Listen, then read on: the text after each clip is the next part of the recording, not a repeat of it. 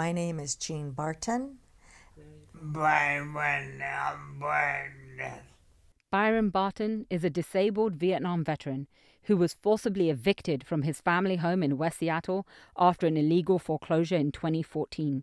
He is disabled due to exposure to Agent Orange while in service. Due to suffering a stroke, he has trouble speaking, can't walk, and can type with only one finger. Despite this, he is doing much of his own legal work. He spent 80 hours writing this thing up in his condition with one finger. Here is what he recently typed. I have been in 8 courts that only side with the banks.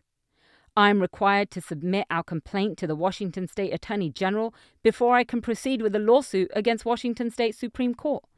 It's now going into 11 months without any notice from the Washington State Attorney General. Not only does it appear the courts are acting in concert with the banks, it appears the Washington State Attorney General is also siding with the banks. My website has been hacked. I have been banned from Facebook for 24 hours. So what is going on? What really happened?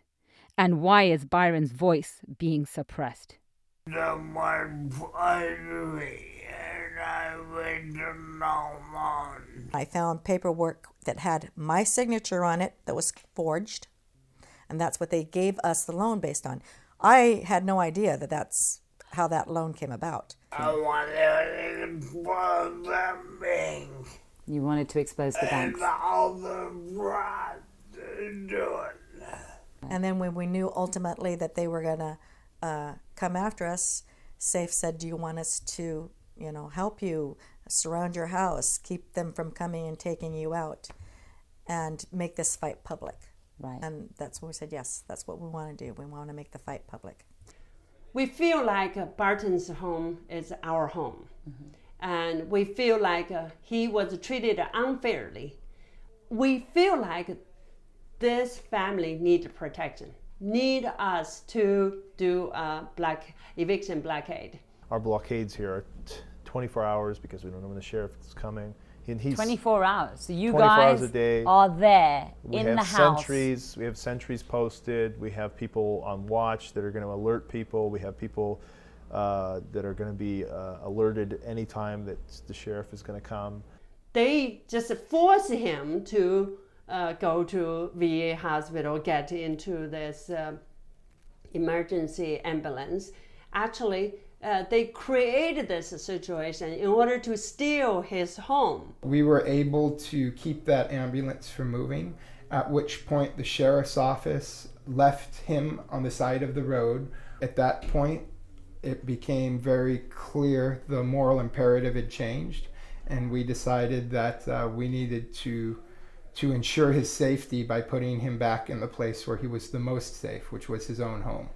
We had poetry and we were trying to be financed, and they foreclosed for profit. Byron wants you all to know.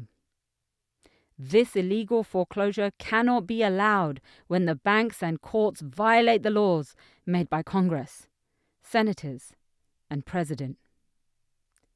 Byron's family has been dealing with the fallout of losing their home for 15 years. Other people like Byron exist, you just don't hear about them because they are silenced too. Like many of us, they're struggling to find a home with affordable rent, and finding nothing are being gentrified out of communities their families have lived in for generations. The dream of owning their own home is further away than ever, and many are now houseless. The current rental crisis and homelessness epidemic is a direct result of the 2008 foreclosure crisis. Demanding justice for the crimes of 2008 will help create housing justice in 2023. Byron's been fighting the banks with just one finger for over 15 years. What are you willing to do for housing justice?